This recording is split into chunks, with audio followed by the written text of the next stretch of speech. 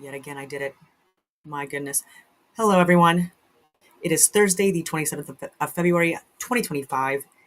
And my apologies for wearing a bathrobe still. It is a royal purple.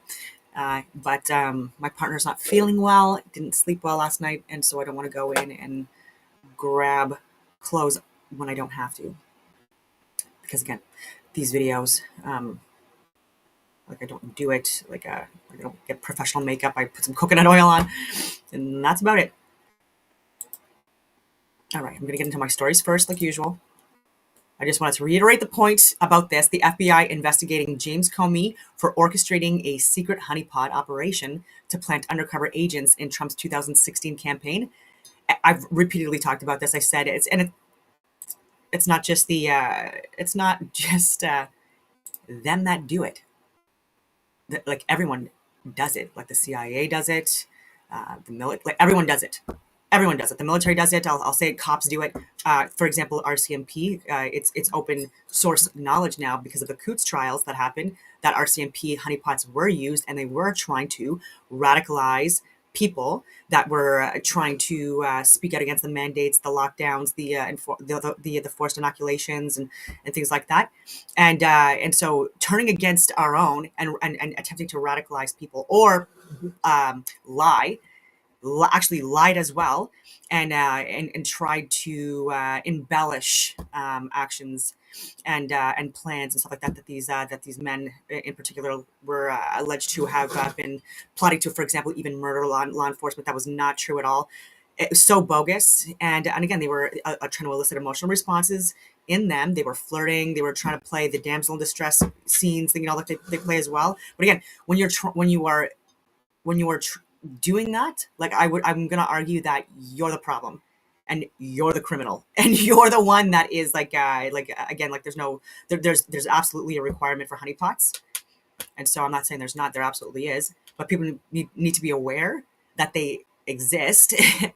And there are some good and there are some bad. And so I'll give an example for men as well, not honeypot, but attempting to radicalize children and groom children into being radical terrorist types, like the Toronto 18, for example. If you look into the government funding to the guy in particular who was like a plant, much older, and again working for I think it was CSIS at the time. And look what happened with that, right? And this was bogus, and these people are still trying to get their day in court because of what happened, and no one knows. And so Brenda Lucki, like, you were the head of the RCMP at the time, and so you should obviously be just like Comey. You need to be investigated. You're not above the law, especially when you're breaking the law like when you're supposed to be upholding the law. Like that's even worse, in my humble opinion. Flat Earthers claim the globe. I took the dogs for a good. I didn't even have a jacket on. Take the leash off. You're so cute.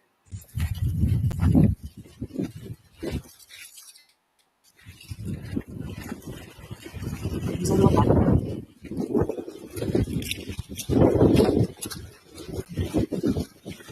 Drink was so muddy. I want to share this very interesting post.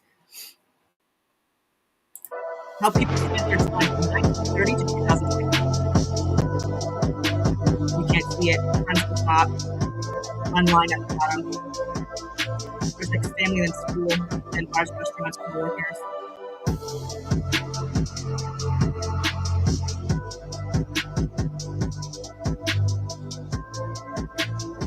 Church. So look how far family goes down. Like in the 1980s, like all the like especially. Look at online. Just look at that.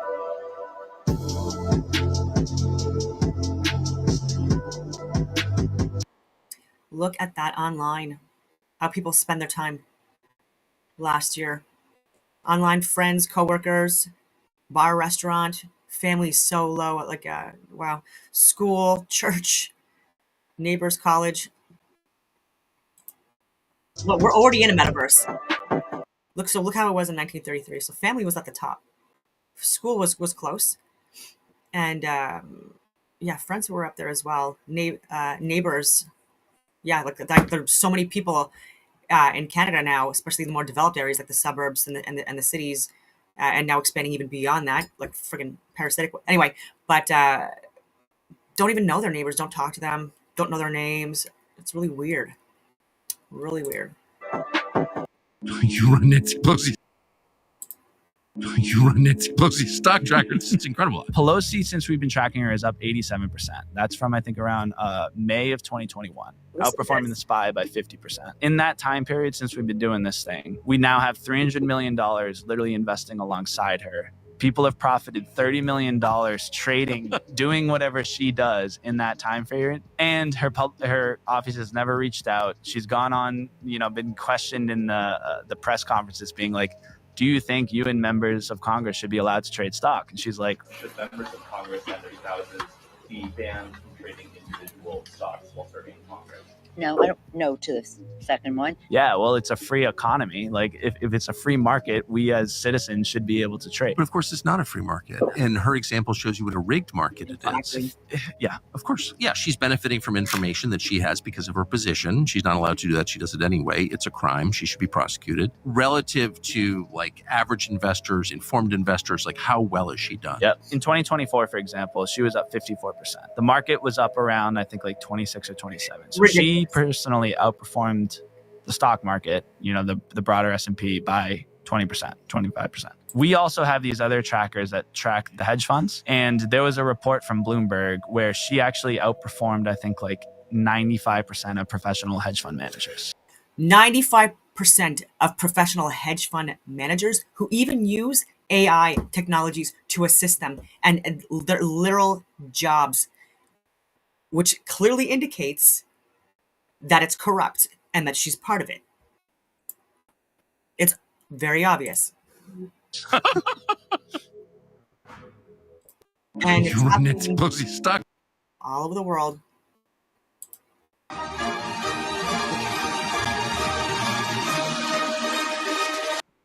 gotta show the full post.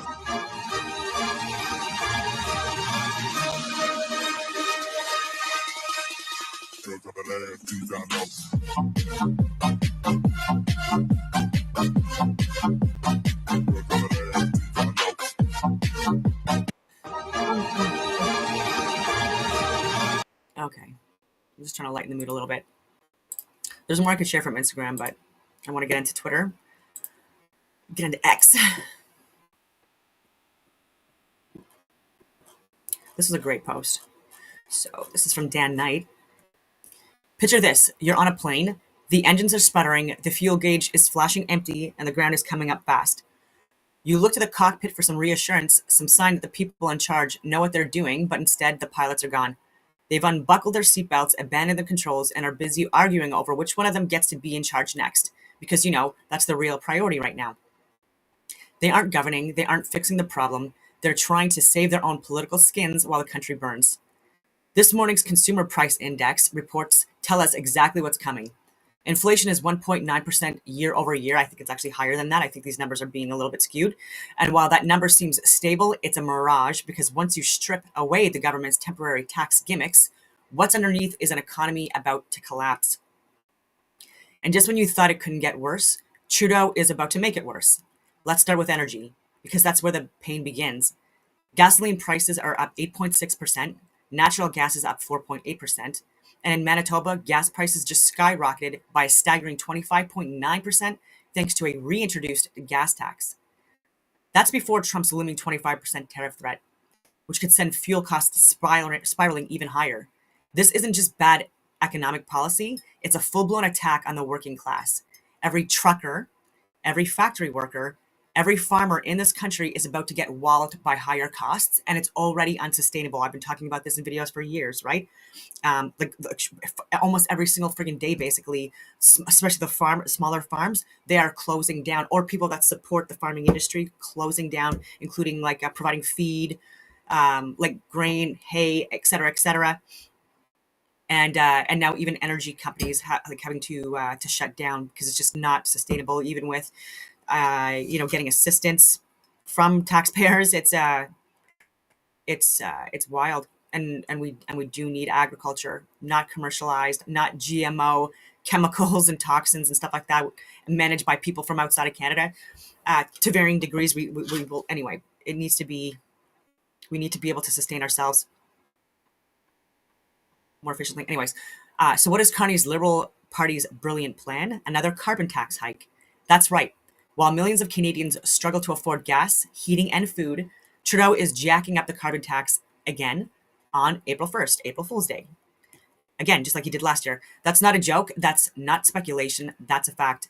On that day, the carbon tax will increase to $80 per ton, driving up gas prices by another 17 cents per liter.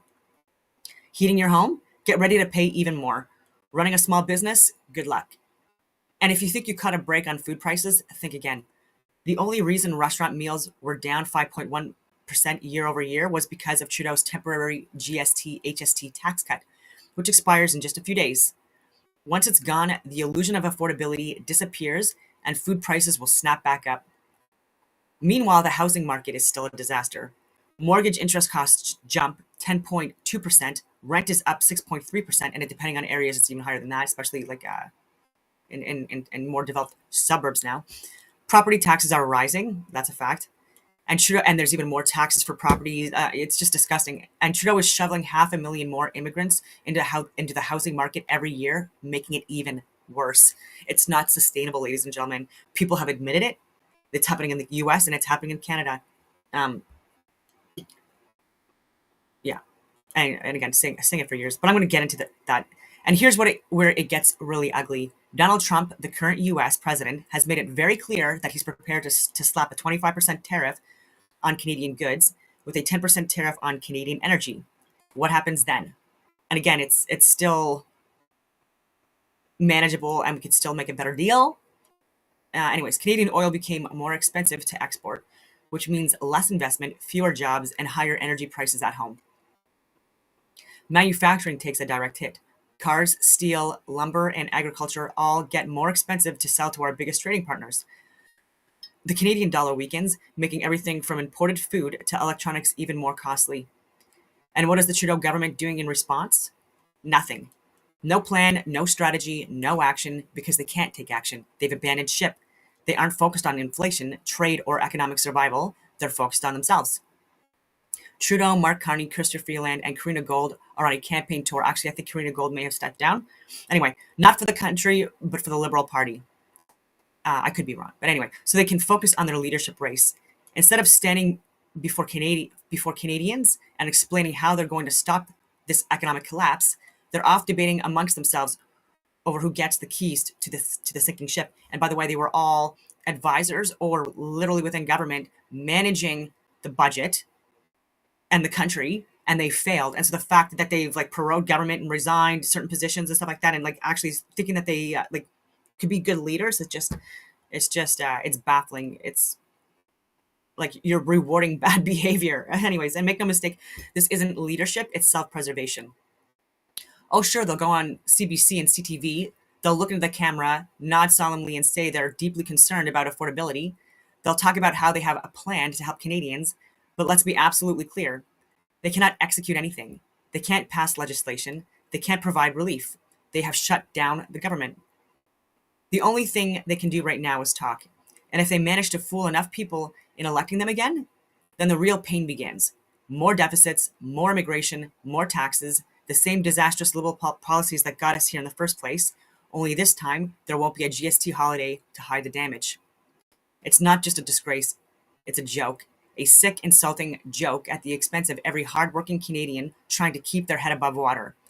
This country is not some liberal playground, a sandbox for political elites to bicker over power while the economy crumbles. And they are so far removed from reality when it comes to like the majority of Canadians that they don't even understand the concept of like how much it costs to heat a home per month. Like the budget is beyond them. They have so much money they've never had to consider, having like what are they going to pay this month? Is it going to be like, are you going to have to like try to drive less or eat less or heat less or, things like that? Or how much a grocery bill is per week? No idea. He was even asked during a debate and, I don't do that. I don't know. So, yeah. And yeah, and everyone they're asking like, how am I doing? That it's more like other elitists that are pushing a globalist agenda, and it's like, oh, you're doing great. This is amazing. You're like really helping us all out. Yeah, really affordability, because here's what's actually happening. Okay, I think I already said that. And now he gets to inherit it. So maybe it's in some twisted way, this is justice. Maybe it's actually a blessing that Parliament is prorogued, because it means the Liberals can't pass any more destructive policies before they're inevitably thrown out of office. Let Carney take the blame. Let him defend his own brainchild as Canadians get walloped into higher gas prices, higher heating costs, and higher grocery bills. This is the Liberal legacy: crippling taxes, runaway inflation, and a government too self-absorbed to care. And they have the audacity, the absolute gall, to tell you they're the ones who will fix it. And just like how they managed COVID alone, it's the same friggin' people. 2 thumbs down, you failed. Anyway, it's not even an F, it's like a Z. Like, that's your grade. Oh my God. No more distractions, no more backroom power grabs. Call the election, face the people, let Canada decide its future. That was so great. I really enjoyed that. I did share a few more things. Let me just go down here. Yeah, I forgot to talk about this yesterday too, when I was talking about Joy Reid and Rachel Maddow and like just them. Anyways, they're propagandists who get nothing right, have not got anything right, and like the world is actually better off without them having a voice to continue pushing a woke ideology that's very divisive, like I keep on saying. Yeah, so Joy Reid's show, the Readout, sorry, on MSNBC is being replaced by a new program hosted by Simone Sanders Townsend, Alicia Menendez, and Michael Steele. These 3 currently co-host The Weekend on MSNBC and will take over the 7 p.m. ET slot previously held by Reid starting in April. The new show will air for 1 hour. So these people are also people of color. And so people are trying to say that by firing Joy Reid, that was like somehow racist or sexist or whatever. But like, they're just, like, look who, like, you're getting more people of color that are hired at replacing her. Like, people are literally ridiculous. Literally ridiculous. And Rachel Maddow has never once retracted any of her lies, even talking about COVID. Like, oh, you won't get COVID. You won't transmit COVID. Like, are you wildly wrong? And she's never retracted, never apologized, given her viewership and how much influence and impact she had on people that are now dealing with adverse side effects if they're still alive. I know that sounds dramatic, but it's true. And I'll get to that. And still getting paid so much money. And anyway. Breaking news. Access to information documents reveal, I already talked about this, but I want to reiterate this point in case people didn't catch this yesterday. Access to information documents reveal the RCMP opened an investigation into the Liberal government's We Charity scandal. We Charity scandal. Trudeau gave We Charity a $900 million contract after we paid the Trudeau family almost $300,000 in speaking fees and over $200,000 in travel expenses. That's $500,000, guys. And that's just what's on the record. Trudeau's finance minister accepted $41,000 in free travel paid by We, was forced to resign, and found guilty of breaking ethics laws. I believe that was no. Anyway, the saga led to Trudeau's first prorogation of Parliament 24 hours before the Ethics Committee was supposed to receive his family's public speaking contracts. The RCMP, under Brenda Lucki at the time, interviewed Trudeau Minister Bardish Chagger, Trudeau's Director of Policy, Freeland's senior advisor, and senior public servants. We Charity founders Craig and Mark Kalberger did not cooperate with the investigation and dodged interviews with the RCMP. It's rules for thee, not for me. Just like the SNC affair, the RCMP gave Trudeau a pass, never even asked him for an interview, and didn't file charges. Canadians are tired of the RCMP routinely opening up files into Liberals, We Charity, SNC, Arrive Scam, Green Slush Fund, foreign interference. The list goes on. Enough. Only common sense conservatives can. Oh, anyways, like that's just a friggin' prompt for a conservative. Again, I'll get into my older video from 2022, which show you that left and right, I still say, part of the same bird right now, unfortunately, to varying degrees. Yeah, nothing's gonna happen. Yeah, like everyone's lost faith.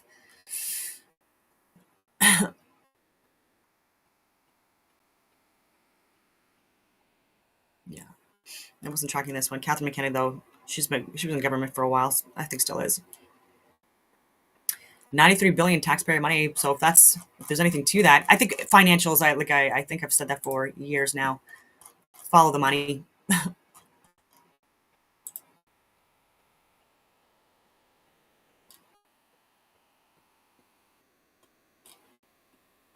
Okay. All right. I'm going to get into Megyn Kelly because she has on great guests. And she's actually not afraid to have these guests on to talk about things. Metabolic health. The doctor's been on this, an exclusive here at the Megyn Kelly Show.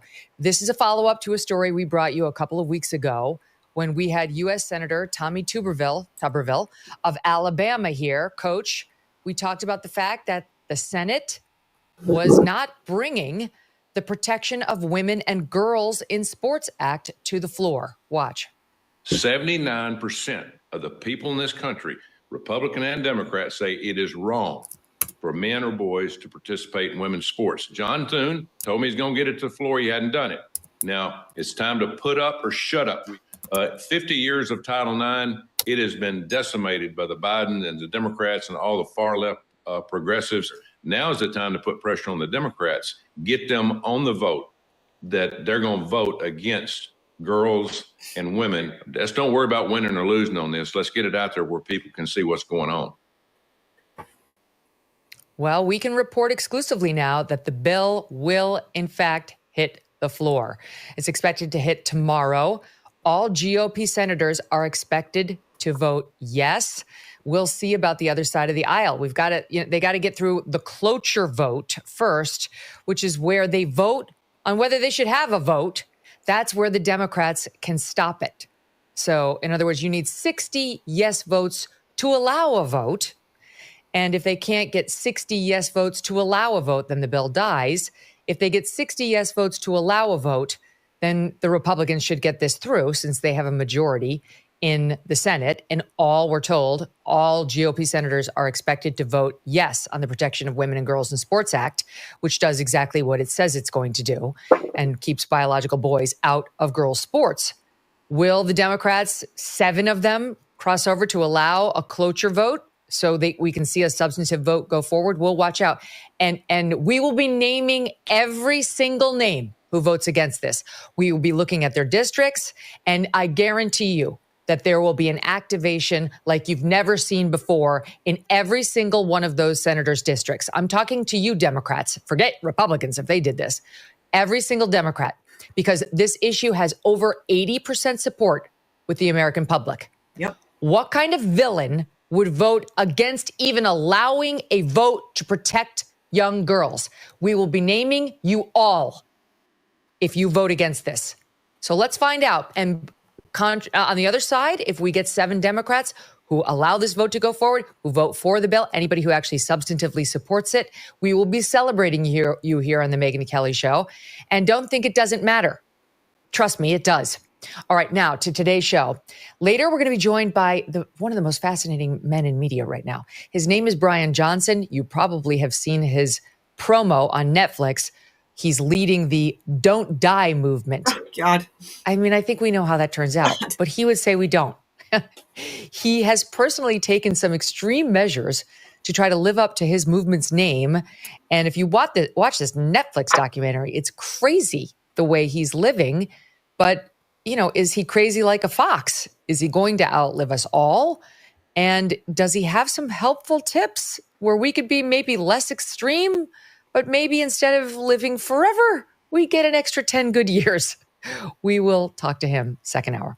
First, though, we start with a close advisor to Robert F. Kennedy Jr. as RFKJ takes over at HHS. Dr. Asim Malhotra is the co-founder of Metabolic Reset. It's an online group to support your metabolic health. The doctor's been on this program before, and we talked about his thoughts on things like your LDL cholesterol and how this may not really be the be-all, end-all when it comes to predicting whether you're going to have a heart attack. And it was a fascinating episode. He is a cardiologist. Don't miss a moment. Subscribe to this show on YouTube and follow me on Insta, Facebook, and X. You know how much my family and I love our dogs. Yes, even Strudwick. Cannot imagine life without them. They've got a great life, but some dogs are not so lucky. And this is why I'm so glad to tell you about Delta Rescue. The public health industry to those taking them. So anyway, I'll get you the episode number, folks, so you can go back and take a look at that. But now Asim is advising RFKJ and has got some thoughts on what's happening at HHS and where RFKJ is likely to take the public health industry.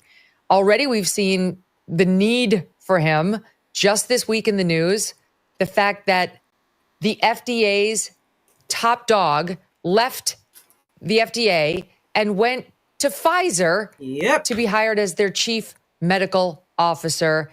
This is exactly what RFKJ said he was going to try to tackle, this revolving door between big pharma and our public health agencies, which are obviously compromised. Your thoughts on it? Yeah, Megan, it's just a symptom of a system failure, really, these commercial distortions of health and healthcare. We had something similar in the UK last year. Jonathan Van Tam, who was a deputy chief medical officer, left his government position to get a lucrative job with Moderna. So it's almost things are happening in parallel. And, it's a real issue because we know that the interests of these big corporations, these drug companies, is not putting people first. It's about profit. It's profit through manipulation, profit through mass deception. We've seen the worst of the greatest failings of the system played out through the COVID pandemic, certainly with the rollout of the COVID vaccine. And it really just continues this sort of behavior, to be honest, and these sorts of actions just will undermine trust in our institutions and the medical establishment. It's really amazing and it's disgusting. I mean, this woman, she actually went to FDA from Pfizer, then goes to FDA overseeing public health and the drugs that are going to be fed to us, and then goes right back to Pfizer. I mean, whose interest is she actually serving in there? Yeah, so, it's interesting because also people need to understand why or how this happens. One of the problems we have with, the approval of drugs or vaccines is that the so-called regulatory agencies that people believe to be independent are not. The FDA gets 65% of its funding from big pharma. So what that means is as well. Wait, can you just say that again? Can you just say that again? I don't know if people understand that. Yeah, the FDA and other regulators, like in the UK, the MHRA, get most of their funding from pharma. So the FDA gets 65% of its funding from big pharma. So it's in the interests, in a way you can understand, for the people working the FDA who are approving the drugs, they don't want to bite the hand that feeds them. But also, if they are friendly to industry, they potentially know that down the line they're going to get offered lucrative jobs with big pharma. Government jobs don't pay as well as these big corporations do. So it's a huge bias in the system, and it's damaging. It's very, very damaging. And you use the right word. On that. Disgusting. What do you mean they get? Megan. What do you mean they get 65% of their funding from big pharma? Like, what do you mean? Why isn't the federal government funding the FDA? Yeah, well, that's a really good question. So I think things really started this is part of the economic system we're in, Megan. So in the up until sort of the 80s, maybe early 90s, most of the funding of these regulatory agencies came from government. But because of the economic change, something called the neoliberalism that was the brainchild of a Chicago economist who was very close to Ronald Reagan, his name was Milton Friedman. He basically, wanted to reduce regulations, if you like, and allow companies to basically, have open season when it came to drug development, less regulation, etc. And government obviously thought it was better for them to reduce spending, not knowing what the consequences would be. I don't think this was deliberate. And over time, what would happen is the drug companies then took over funding the very industries that's supposed to regulate them, because it suits their interests, doesn't it? Of course, because then they get more drugs approved more quickly.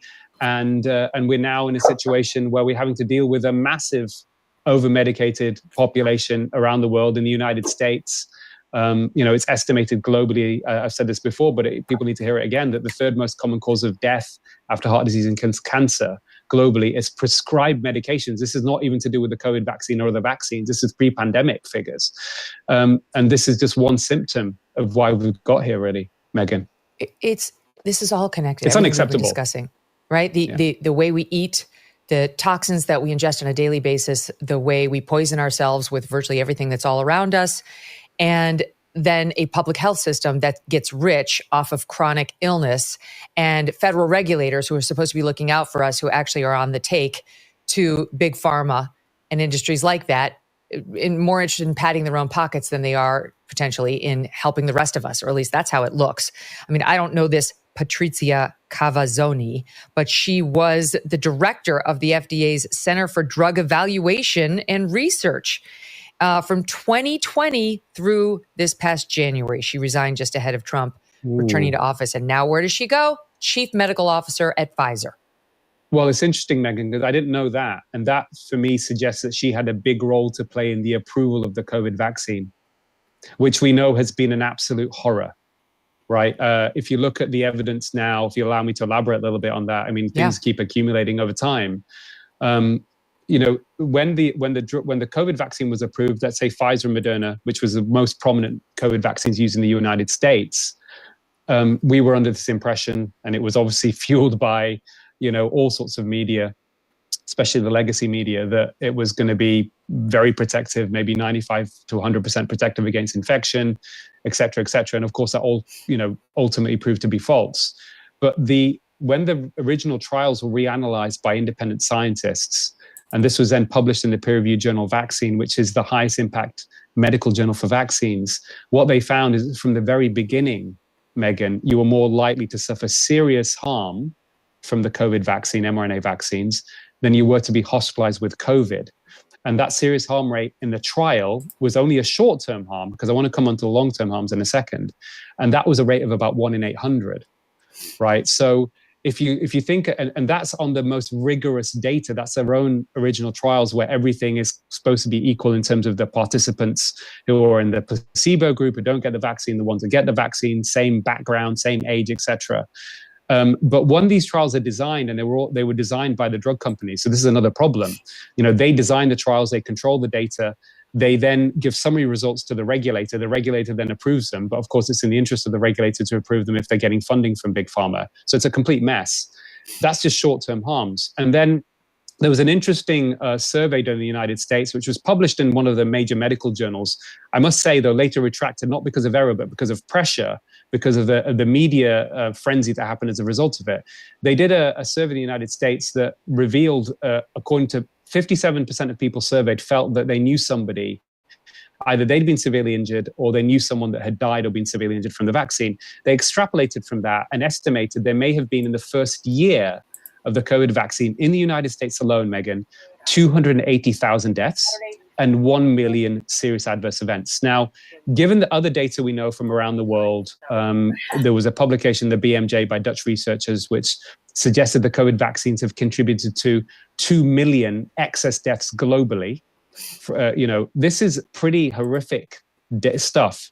And only last week, you may be aware, Yale researchers published new research that showed a long-term effect problem from the vaccine, which is that people who had what we call post-vaccine syndrome or long COVID symptoms like fatigue and brain fog, for example, 2 years after having the vaccine, Megan, they found in this particular group, they didn't look at other groups, that there was still circulating spike protein in the body, which essentially can be causing damage to the tissues or causing an autoimmune reaction. I personally, Megan, and I was pretty okay after the autoimmune reactions. They're mentioning all of this stuff, the trials being debunked, discredited, technical briefings coming out of the UK and other areas of Europe. Vaccine. About a year and a half after the vaccine, I developed psoriasis, an autoimmune condition linked to that depression. And I wasn't sure what was going on. And there's a brilliant doctor in Malibu, a very well-known established gastroenterologist called Sabine Hazan. And she did some published research, which is pretty extraordinary and a bit scary, but we need to talk about it, is that she found that 3 years after taking the COVID vaccine, a very important bacteria in the gut called bifidobacteria, it's a very important part of the gut microbiome, it's a good bacteria, after 3 years went down to zero. Now, why that's important is that bacteria is very important for health. It's important for producing neurotransmitters like serotonin. So a lot of people might be suffering from anxiety, depression because of a vaccine they had 2 or 3 years ago. it triggered. I almost certainly she called me up and said, Asim, you have the exact signature of someone who's vaccine injured because your bifidobacter. And I've had this resistant problem for now, coming up to a year and a half. I've still got depression. It's mild, but it's still debilitating at times. And I see other doctors I speak to are saying they're seeing an explosion of autoimmune conditions. Megan, if you don't mind me asking, I remember you mentioned the fact that you had some issue that you think was vaccine related that caused an autoimmune issue that I with you tested as well. positive for an autoimmune condition, Yep. though it was undiagnosed or unspecified which one. Right. Okay. So, and in your mind, do you feel it may have been linked from, with I everything you know asked about the your health? rheumatologist. No, I asked the rheumatologist. I said, do you think this could be linked to the fact that I got double shotted by COVID, by Pfizer. I had both of the vaccines, and then I got one booster. And in New York, you couldn't travel. You couldn't do anything unless you proved. It was just ridiculous. I wish I hadn't done it, but I did. So I got that first booster and third shot total. And within a month, I got COVID. It was right when the Omicron version started to circulate. So within a month. Yeah, the moronic version. Even though they had not isolated a variant yet, even though it was gain of function, even though China and the labs were not cooperating with people. Oh my God, ivermectin was completely. It was called a horse paste for goodness sakes. I'm trying not to swear. Sorry. Month, I both had I'll let them keep talking. the booster and then COVID, and then I had my annual physical, and it showed up, and I then got sent to a rheumatologist, and I asked her, "Do you think this?" Because it was unspecified. It was like which one. They tested for a few specific autoimmunes. It didn't like register one versus another, and I said, "Do you think this could be because of what just happened with getting the booster and then getting COVID within a month?" And she said, "Yes, I do." And said you're yes. not the only patient I have seen have this exact sequence of events. Yep. Yeah. So I think this is, something I'm seeing with lots of patients as more and more reports coming out. And I think, what really needs to happen, Megan, now, there needs to be a moratorium on this COVID vaccine globally. Certainly I know, and I'm sure you've read this, that, people who are in prominent positions, certainly within the new Trump administration, I know they've already expressed concerns historically about the COVID vaccines. We don't need to name them. We all know who they are. But I think the one thing that still needs to happen, and I've got to be honest, I think, President Trump is a remarkable man in the way that he has come back. He's so resilient. He's exactly the disruptor we need right now to really change the system for the good. And he's made some really important comments about making sure big pharma companies are accountable. I don't think yet he's on the same page, and probably because he doesn't have the full information around the COVID vaccine. One of the things that keeps getting perpetuated in the media is this, and I'll explain why this is completely false, that the COVID vaccine has saved tens of millions or millions of lives. And the data on which that information is based, Megan, is not even, it's the lowest level quality of evidence. It's not even considered in the hierarchy of evidence-based medicine, to the extent where one of the leading figures in the world in evidence-based medicine, a guy called Carl Hennigan at the Center of Evidence-Based Medicine in Oxford, wrote an article saying that this claim is implausible. Not just him. In the United States, you have the most cited medical researcher in the world. His name's Professor John Ioannidis from Stanford. I call him the Stephen Hawking of medicine. A couple of years ago, he wrote an article in one of the peer-reviewed journals saying that non-randomized studies, so studies which aren't the one which I described earlier with the 1 in 800 figure arm, he says that claims of them being, so beneficial or preventing deaths from COVID, et cetera, may be spurious. In other words, fake. So, we need to really put this to bed. And I think, if anybody, we need to have this conversation so that President Trump, and I think he's up for turning, because I think he was deceived, he was misled by these drug companies.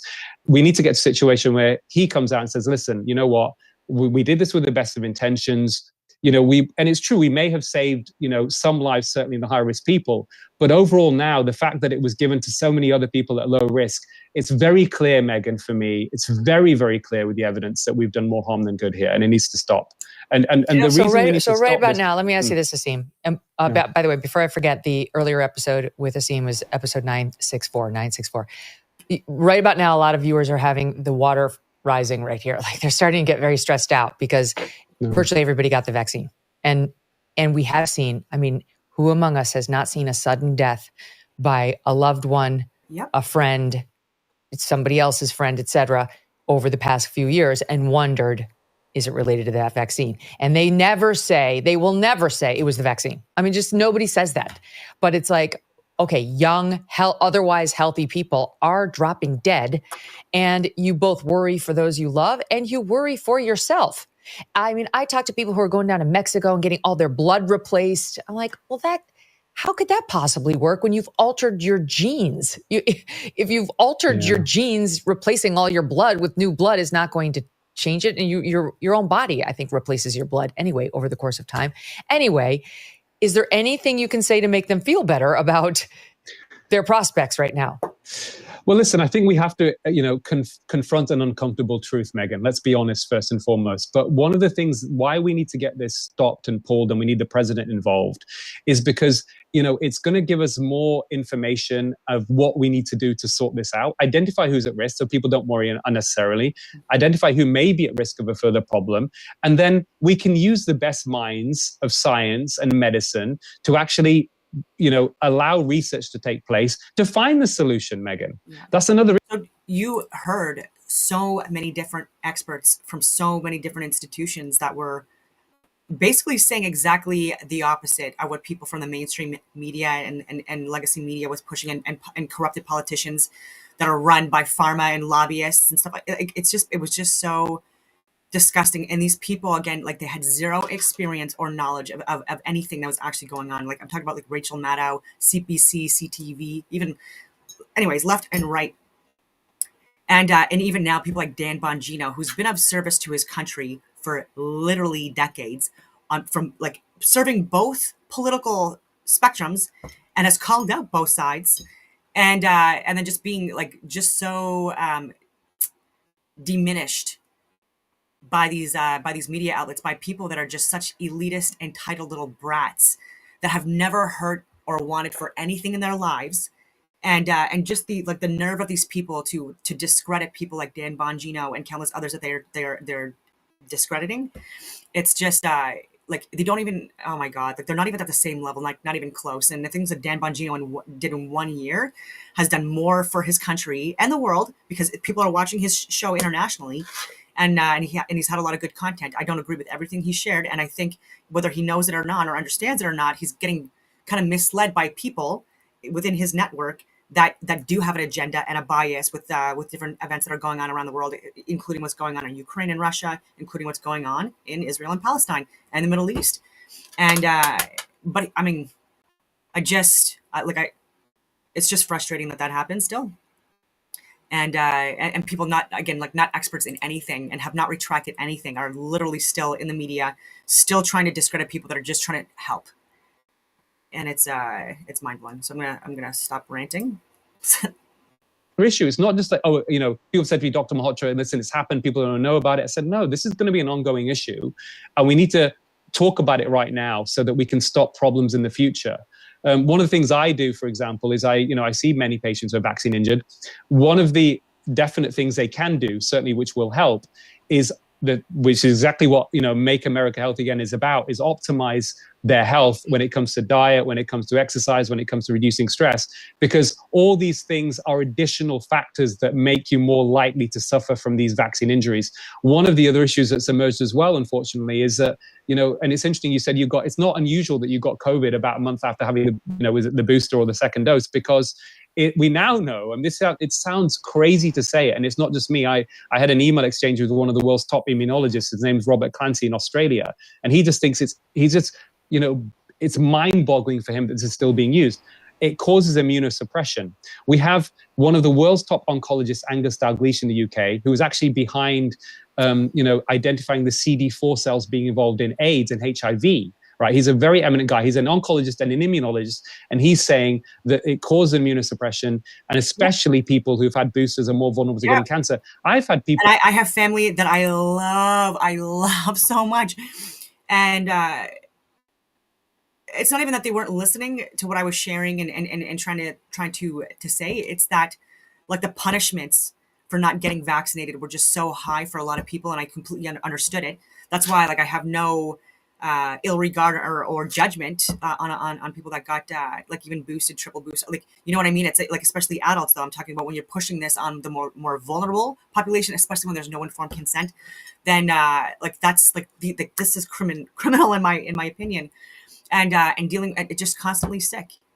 And it breaks my friggin' heart because like it's impacting you know, like even having gatherings and stuff like that when people are sick, and it's very depressing, it's very isolating, and it just and then there's also people that I know that are still serving that got inoculated, and even within weeks of getting inoculated had a friggin' heart attack. People in their 40s, super friggin' healthy, and did not attribute it at all or even like have any connection to possibly being the therapeutic that they were forced to friggin' take, or lose their jobs and their pensions and be dishonorably discharged and never be able to work in another government job again in your life because of that, because of refusing. And it's just oh my god, I like every single day I was posting videos and emailing, like I was saying, and giving the medical information he's talking about and the scientific data. I was sharing this years ago, and citing the references, and even sharing that people were contracting COVID via inoculation 2021 and 2022, and breaking that down, talking about VAIDS, getting all my videos on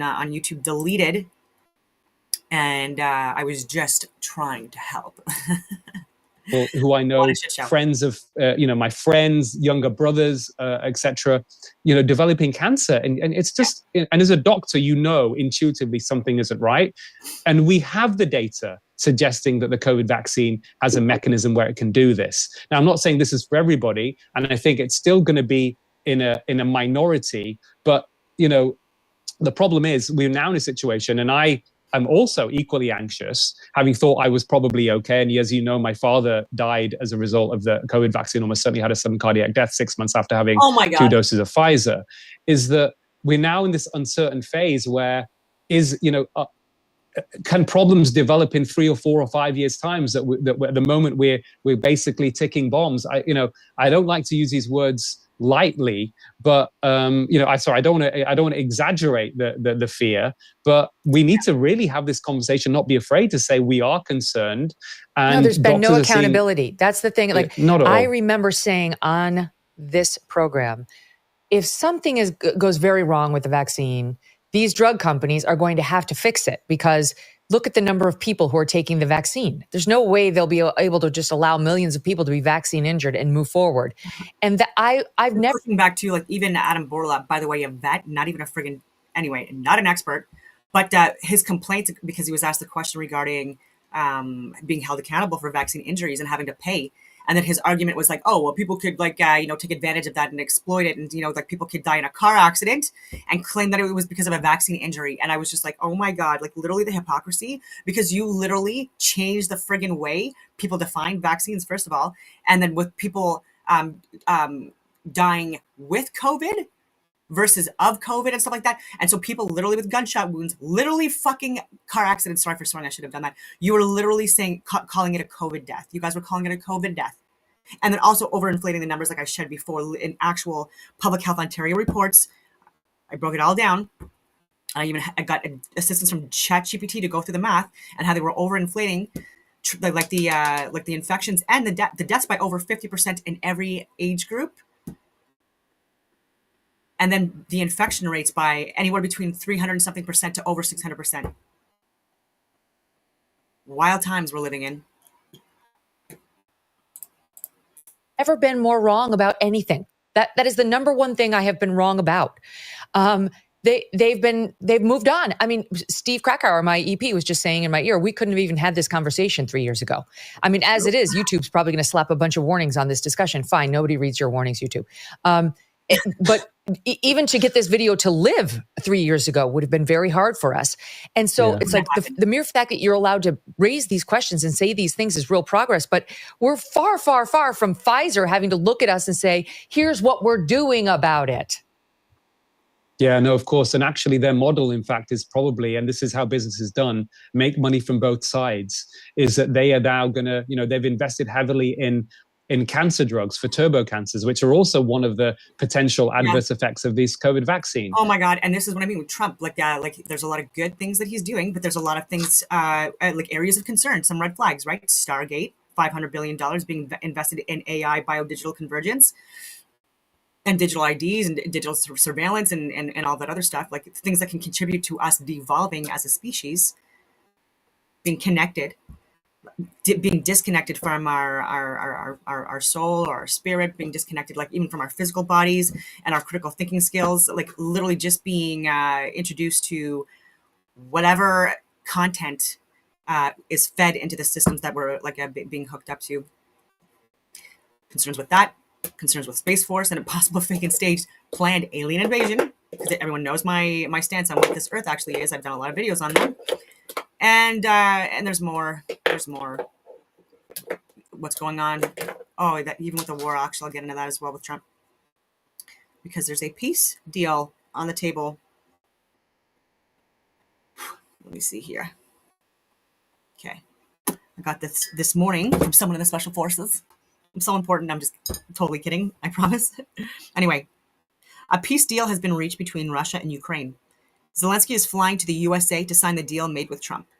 The US will earn approximately 50% of the future revenue from Ukraine's mineral wealth and as repayment for the US dollars spent on the war. So Redacted was actually commenting on this yesterday in yesterday's video. And I did put a post. It was either on Redacted or maybe on Russell Brand, or maybe both. And I did have people that got it was responded to, which I was surprised, and people were getting my point with like, what's the difference between what colonials have done in the past to exploit people, like to indebt countries or societies, and then exploit their resources at really low cost, like where they're getting paid below like criminal wages, and then acquiring vast amounts of wealth and completely destabilizing, like I was saying, and further collapsing and making in debt the country that they've occupied, right? So there's examples of that even with China and Africa and other places where this has been done, even with corporations and people like Bill Gates within India, making it a like the Indian silicon, like the tech industry, so that he could avoid $40 billion in taxes and then salaries of people to work within the U.S. So many criminal things being done, and then even like their work with forced inoculations, sterilizing people, paralyzing people with different drug treatments, and even without parental consent, just gross. And they do not care about the societal impact. I've repeatedly told people this, and it's actually even like within their own laws that they're conveniently following, that are being implemented and created by the people that are literally in the same groups. I'm going on all these tangents, but even now with what's going on with Trump, like I guess he's trying to pass policies, and there are 3 judges, legislative level, that are possibly going to block these, and then people are calling this tyranny. And I think that I do acknowledge the fact that these judges were appointed by Biden. Correct me if I'm wrong, but that's what I've been tracking. And so people think that there's an automatic bias, right? Because people are very polarized, and so they automatically assume, oh, if like you're not, on the side of my political party, then everything you do is corrupt. Like it's not the case at all, people. But there is, it's not black and white. It's very much gray. It's very gray, and different shades of gray. And so if they're not able to circumvent possible authoritarian policies from being implemented by the president, the executive, then that in itself would be executive tyranny, right? So we do necessarily require to have a judicial system that affords that kind of like checks and balance, or that shield from dictatorships at the executive level. And so we just have to make sure that they're ethical people and good people, and understand the reality of the world like it is, and how certain events have unfolded, and who was involved in it, and even now just how much misinformation is being perpetuated by people at the highest levels, and even the intelligence branches and stuff like that. Anyway, so they've just completely fucked over Ukraine even more. And so, which is heartbreaking, unfortunately. I feel so bad for Ukraine. I really, really do. And the Ukrainians that have been just completely impacted, like in so many ways, and for the profit of corrupt elitists that are in that friggin' country, ruining it from the inside. And just like Canada, right? There are people ruining our country from the inside, unfortunately, at the top. And they're around so many amazing, incredible people that could do more for us, and they're not for whatever reason. But anyways, tangents. Oh yeah. Okay, so no membership to NATO. So that's what they wanted, and that's still not happening. So they didn't win anything there. So like more loss. No boots on the ground. Ukraine will be a demilitarized zone. Okay, so that's also interesting. And does that involve like CIA assets and disruptors and steering committees that you have in there as well? U.S. concedes territory. Exactly how much is yet unknown. So more losses, guys. Like, this is heartbreaking. And people are saying it's upwards of 1.8 million people that have lost their lives during this conflict, this proxy war that only benefits the military, pharmaceutical, tech, industrial complex, elitists. It's just heartbreaking. No information related to concessions released by Russia yet. So it's all ongoing, but unrelated to this. But he brought up Trump, and again, just like it's not just like there's the jury's out on if he's going to help or not during his presidency. And it would also include having a look at NASA and investigate NASA. Look at the moon landings, look at the shape of the earth, look at the possibility that this is some kind of a contained environment, contained pressurized gaseous environment. So, and that's why the definition, this is important for people to understand. We have, these big corporations who've got more power than ever. They've become the dominant force in our society, more economic power than many governments, okay, almost tyrannical to a large degree. And the way to describe them as legal entities in the way they make money has been defined by the preeminent expert Robert Hare, psychologist, as actually fulfilling the criteria for psychopathy. Callous unconcern for the safety of others, incapacity to experience guilt, repeated lying and conning others for profit. And this is something that I've seen and been very much aware of pre-pandemic. I had a blind spot on the COVID vaccine, as I had for all vaccines, Megan, because I took 2 doses myself. But with all the other drugs in the system, I knew that this is exactly how it worked. And of course, you see this confluence of interests with like big food. People talk about, big food essentially drive the chronic disease, and then big pharma give us drugs, which, by the way, in general are pretty useless. That's another conversation that needs to be had when we talk about making America healthy again. And this is absolute fact. Most drugs, a large proportion from most of the health expenditure in the US comes from prescription drugs for chronic disease management. Like chronic disease management are things like heart disease, high blood pressure, type 2 diabetes, for example, so-called high cholesterol we talked about already.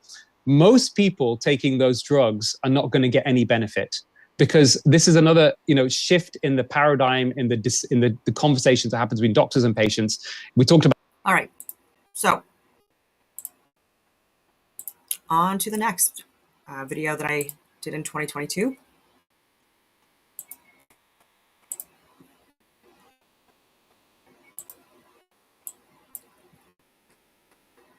When I started getting on Rumble because of my YouTube videos continuously getting deleted.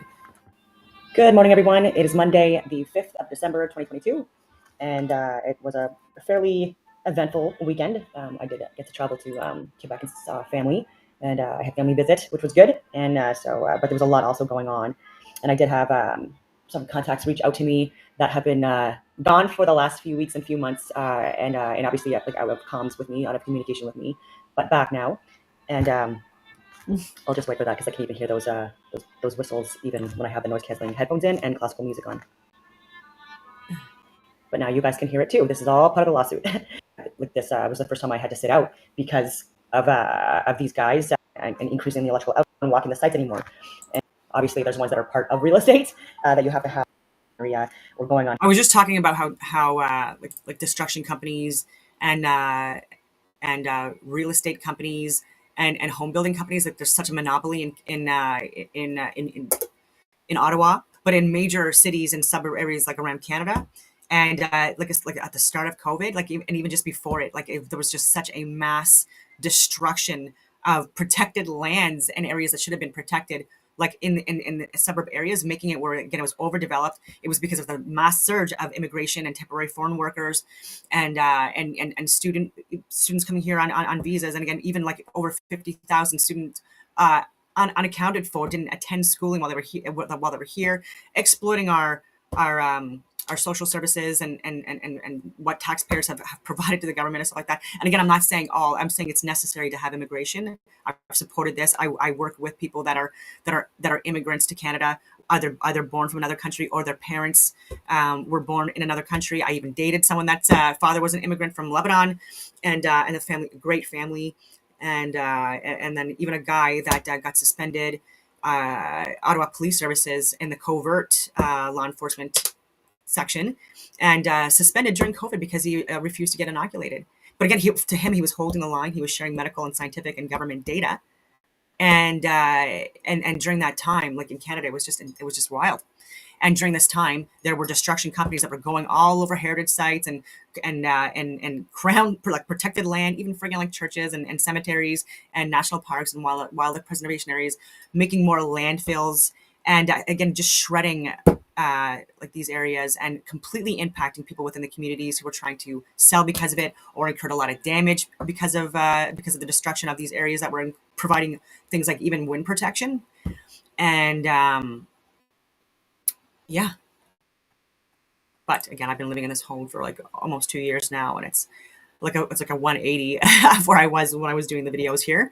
On heritage sites that are not supposed to be touched in all these other areas, right? They Yes, all yes. work together and they all like cover for each other, and they all try to like, like intimidate, other people that try to speak out on this stuff in various different ways. Even here, it's not as bad as other countries, but we can't allow it to get to that point, right? Like once we have to fight for our freedom again, like that is not a pretty picture, right? So if you look at other areas, if you even look what's happening in China right now, right? This is not It's sped up. peaceful, right? At this point, right? There's it's as peaceful as it can be based on the fact that they've been like literally in a part of a dictatorship now for a very long time, and their COVID zero policies were ridiculous. So through this whole thing, like even pets were murdered, and people couldn't do anything about it, or they were threatened, or you know what I mean, like people Talk about China here. They were friggin' murdering pets. Oh my were God. giving warning shots and all that stuff, and people tried to save their own pets, and it's appalling. And Oh my I God. won't get too much into the graphics, but this is the stuff that was going on in China. People were locked in their own apartment complexes, and not allowed to leave, or they had to like scan their barcodes outside of windows by these drones and things like that. This is stuff that's still ongoing, and not stuff that we want to have in Canada. And so, for anyone that thinks that this is a good thing and that this is part of a progressed society or an evolved society, I hate to break it to you, that is not actually true at all, and actually the complete opposite.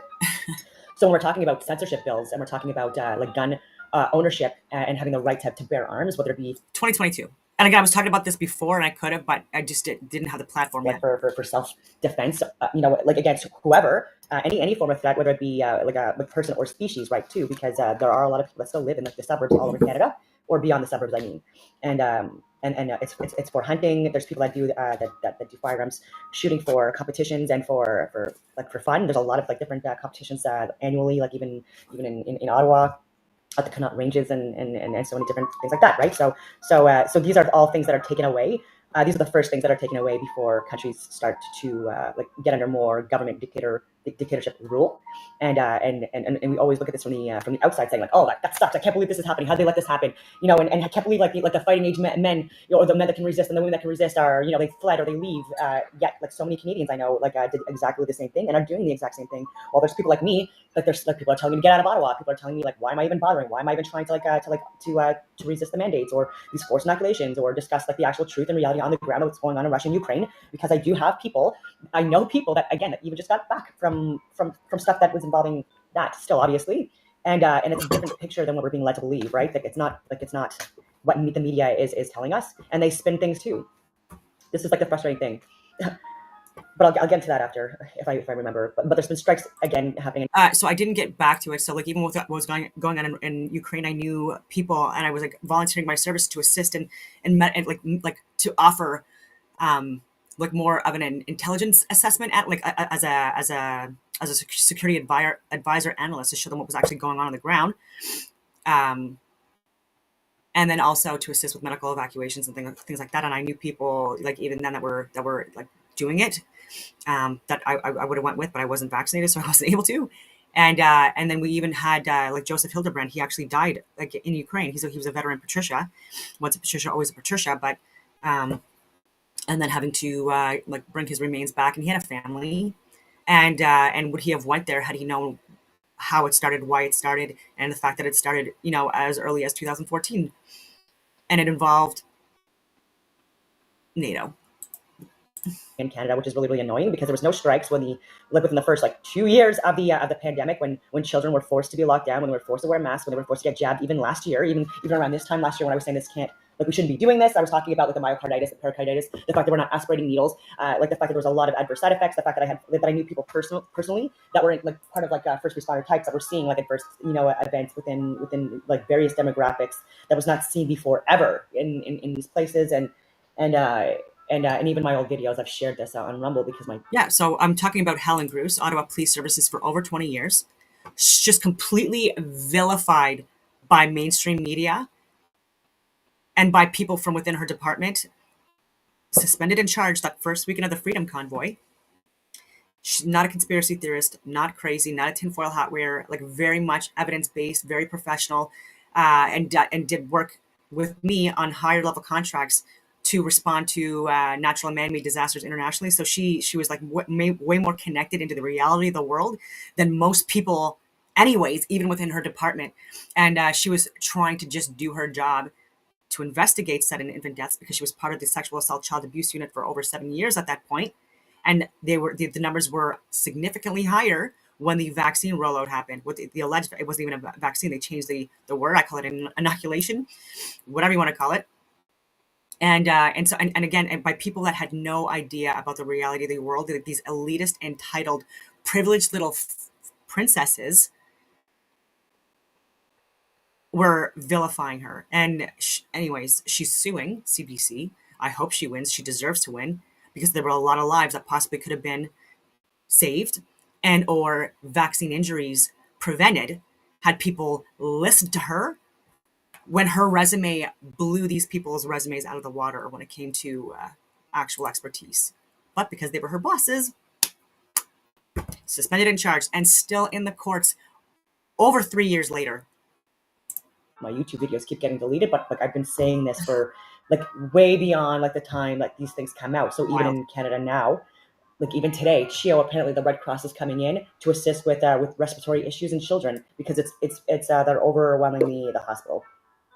Again, this could be part of another script that we're pushing, but also with the therapeutics and with the forced lockdowns, with wearing masks that have microplastics in them that cause respiratory issues because you're not able to fully develop your lungs or breathe inward and outward to properly have them functioning, and people weren't outside breathing in healthy filtered air or looking at the sun, which is actually healing, especially during sunrise and sunset. None of this was happening. No teachers were striking. But then what happened during this I believe it was the spring or summer, maybe it was actually just a few months ago, but I had teachers that were not speaking out on anything even when they were getting all their rules and regulations for when school started again this past fall. Not speaking out on any of that, but when did they act? When did they start speaking out and start having strikes and all this stuff and making the news and stuff like that? When they're talking about money. So that's all I need to know about our my sister's a teacher in Quebec, and I'm excluding her obviously in this. There are people that are not part of this this brainwashed my sister is she has her master's degree, really friggin' smart. And not at all pushing any of the woke DEI critical race stuff. And I'm so proud of her. And because this is stuff that is pushed in curriculum, ladies and gentlemen. And so a great teacher. And I'm saying that because it's I'm biased. I don't even know what's going on with people. It's blissful ignorance of the reality of what's going on, and it's terrifying that it's even when it's harming our kids and it's blatantly in our faces, clearly this was there was errors in this that people are still not even looking at this. But if any of these kids that were dealing with respiratory issues were unvaccinated or a higher amount were unvaccinated or part of a group that were not wearing masks, this would be front page news all over the world. And the reason why it's not is because of the reality of what's been going on. And so now, just even on Friday, I was hearing about nurses now too, they want to strike. But I'm are you what? And it's over money. And I'm where were you in the last 3 years? You know what I mean? Or 2.5 years during this pandemic when there was forced therapeutics on people that were called vaccines when they were not vaccines, and all these different studies coming out of all these different countries like the UK and Israel because they were inoculating people before Canada was. And so I was looking at those stats and I was sharing that with all levels of government, and no one like I was getting the automated responses from the MPs and government and public health and all these things, but I was never getting any emails back. And this all is all stuff that needs to be addressed, because I would even call to follow up and ask them if they got my emails, and it's like, oh, like, well, look through it or whatever. Like, they're getting staff to do this, and no, look at your emails, people. And if not, then people, I'm hoping that people are calling their local leaders. I'm hoping they're calling their government. I'm hoping that people are calling people in Ottawa, because this is where like the federal stuff is being implemented and discussed, and it's not by good people. It's clearly people that. Even if you've just seen like a bit of the Emergency Hearings Act, like these are people that are not remotely qualified to be leading us, and even people that were calling shots about like implementing tanks or bringing in like they were talking about security with like no security background, and it's like, I hate to keep like saying this because it sounds like I'm like bragging or whatever. I'm not at all. This has been very difficult and challenging for me to try to get to like the people within government that are the ones that have been like implementing all of this stuff. And this was 2022. Like the Emergency Act was deemed being declared was deemed unlawful, unconstitutional 2 years later. And so at the time when I was sharing this, not popular, I assure you, especially because I was in Ottawa, still am on the outskirts. Wild. Or working intergovernment with like multiple levels of government within your career, right? Like if you're only part of one branch in one group, and like that's not enough. And I won't get into too much of this stuff. Like I've even been part of like special forces operational planning courses with multiple levels of government. And we are the ones that are the leading edge, tip of the spear, whatever you want to call it, that actually like does like the training and the and implementing of most like what else that people should be seeking out in order to get advice on the reality of the world, and especially how it pertains to Canada. And we got so much external influence now that's in all parts of our, not only our government but in our society, that like there's no Canadians running the show anymore. Like we even have cabinet members that are even admitting, like on the record, that they get their marching orders or their orders essentially from external countries, like people in other countries, and like this is like we need to sound the alarms on this stuff, right? And this is where we need like a new system of government. We need to have new people in that are still people serving now that are getting 6-figure paychecks that should have been fired. We still have people on CTV News or Global News that should be fired, that are still blatantly lying to people or spitting information saying that like because 1/3 of the people may or may not have believed in like certain parts of the convoy mandates, like being implemented, or the emergency hearings, or the Emergency Act being implemented. But they're saying like 18%, and like that they were like spitting it on CTV News this morning to make it seem like that was like the majority somehow, or like that was like the smart people, or the ones that that are the woke ones in Canada, and that anyone else was like essentially I don't know. They try to spin things because they're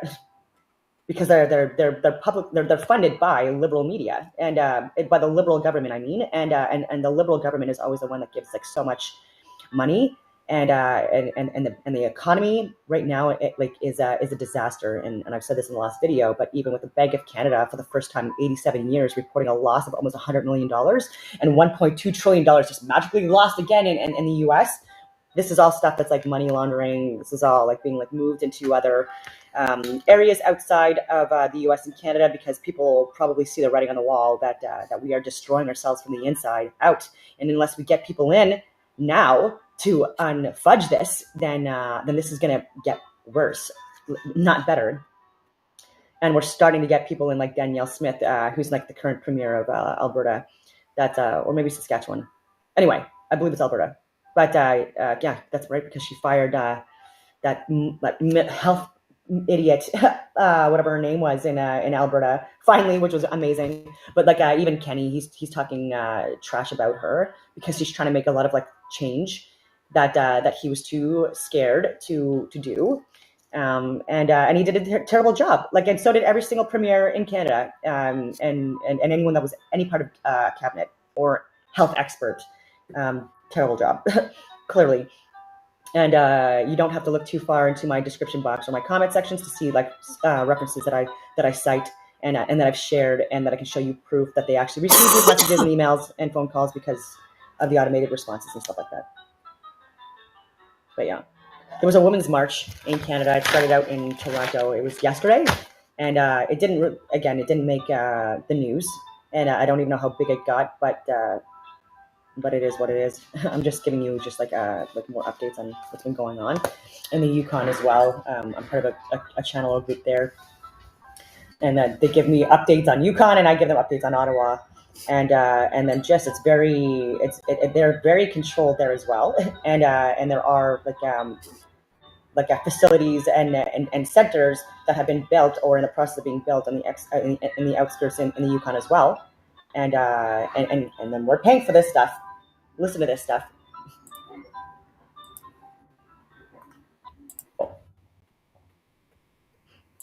And now the only reason why I can't leave is that every aspect of my life has been suicide, and because there's now, if anyone's tracking, there was multiple Veterans Affairs employees that were suggesting this, and even other cases just under that person alone, just in the last year, then they're still calling for MAID for assisted suicide, and when they were saying that, oh, it was only one isolated case, and then even several days later finding out that the same exact person was there was 4 other cases just under that person alone, just in the last year, then people need to start taking this stuff seriously, because there's now, if anyone's tracking, there was multiple Veterans Affairs employees that were suggesting this, and even recently within the last week to people. And also in hospitals there as well, or people that are asking for it now, begging for it, which is terrifying. And because these are people that are very heavily medicated and or going through a lot of suffering that they could get through it like overly medicated. I'm talking about there's Canada and the U.S., but especially the U.S. They're the most over medicated population in the world. And there's actually it's irrefutable at this point. There's just too many stats out there that you can't suggest otherwise, and there is an impact to cognitive abilities, to physical abilities, so many other things, other symptoms or reactions to these medications. And even when I'm talking about hormone replacement therapies as well, or hormone treatment therapies, like hormone blockers, puberty blockers. SSRIs. Russell Brand was talking about it as well, how, people need to look a little bit more into prescription medications and who's benefiting and profiting from them, and their link or relation to, the side effects that we're seeing within society that we're classifying as being created from something else. There's a lot more allergies, there's a lot more asthma, there's a lot more chronic illnesses and diabetes and so many other illnesses within children at staggering rates. And if you look at Amish communities or more Mormon communities or communities where it's not prevalent, you'll see that within these societies, they don't have the cancers and the diabetes and the ADHD and the autism rates and the all these other issues that we're seeing within the major demographics of societies now. With in better ways, if we just didn't have,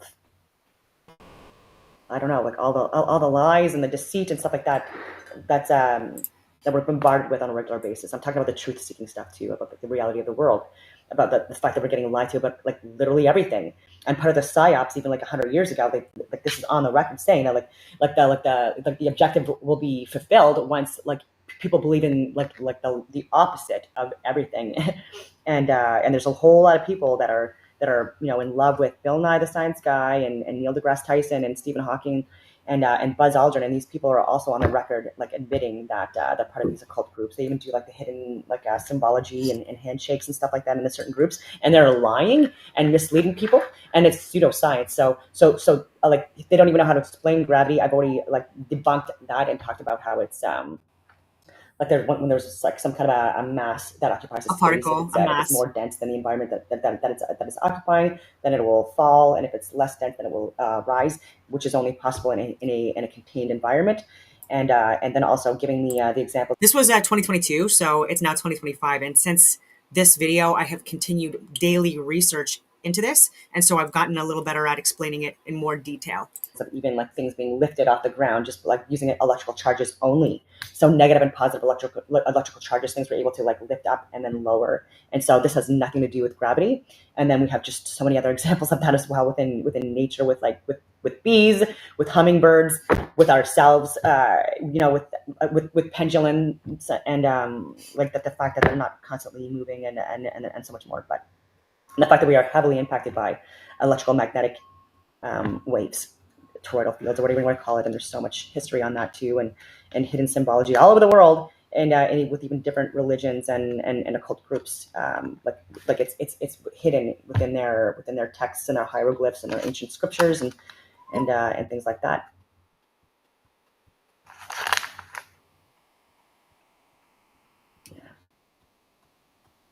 Yeah, CTV News. Like, people need to like name these people, like Annette Garner and Bill Carroll and Leslie Roberts. Like, I wish that people outside of Ottawa would start paying attention to Ottawa news, because this is the area where the brainwashing starts, and where the where like Washington.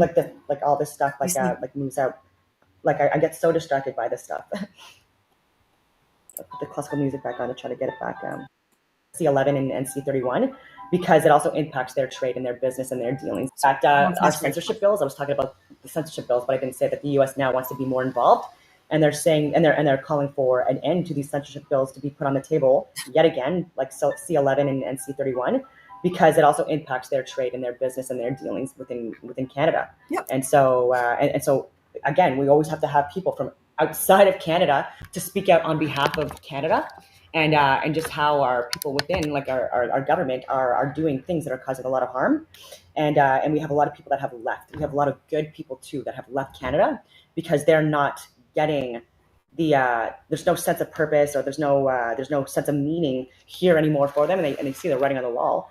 And I understand that to varying degrees, but but within Canada, like within our cabinet, there's so many better people that could be there working for us, or in again, like as high level security advisors to. What I was saying there is it's all coming out now too, that there are so many people within Canada, actual Canadians, even people that have been here for generations, their families here for generations, that left Canada, like middle class people living in the suburb areas, getting kicked out, like because of destruction companies, because of these massive amounts of like new builds in areas that that shouldn't have been touched. But again, I digress. And left, like the U.S., Mexico, Costa Rica, like literally all over the world, Europe. Like I knew multiple people personally. A lot of people going to Florida as well. Jesus, I was even looking at Alaska, but then I'm like, well, now Alaska, they're very democratic but woke, leftist, radical in Alaska, unfortunately, and they also have HARP, and so terrifying. But I digress. To our cabinet and or the prime minister directly. Oh yeah, and so hundreds of thousands of Canadians every single year since COVID, and then getting people like temporary foreign workers and or students that were like not even attending school here to again like exploit our assets, our resources, social welfare programs, etc. And even maxing out credit cards before they leave and stuff like that. So like again, like in so many different ways, just not helping. And yeah, just completely like making it like unaffordable to even afford a house, like if you're like moving from one area to get to like a more remote area. And so unless you went rural like I did, like on 5 acres of land like in the middle of nowhere with a dirt trail and like no waste removal, so I have to go to a dump in order to do that. I'm not complaining at all. Like I definitely enjoy this type of a lifestyle way more, but I'm just saying a lot of people didn't want to go that route, or it was too far from work, etc., and it was just not sustainable anyway. Which would be ideal, and then having that, but changing things from the inside, and then not being so easily swayed or manipulated by external. Like there were literally doctors and lawyers, and from generational like within the family for generations, major companies, police officers, like people within government, military, like people like that got out and left. people that got out and left. I know many people that did that. And did we get that replacement through immigration?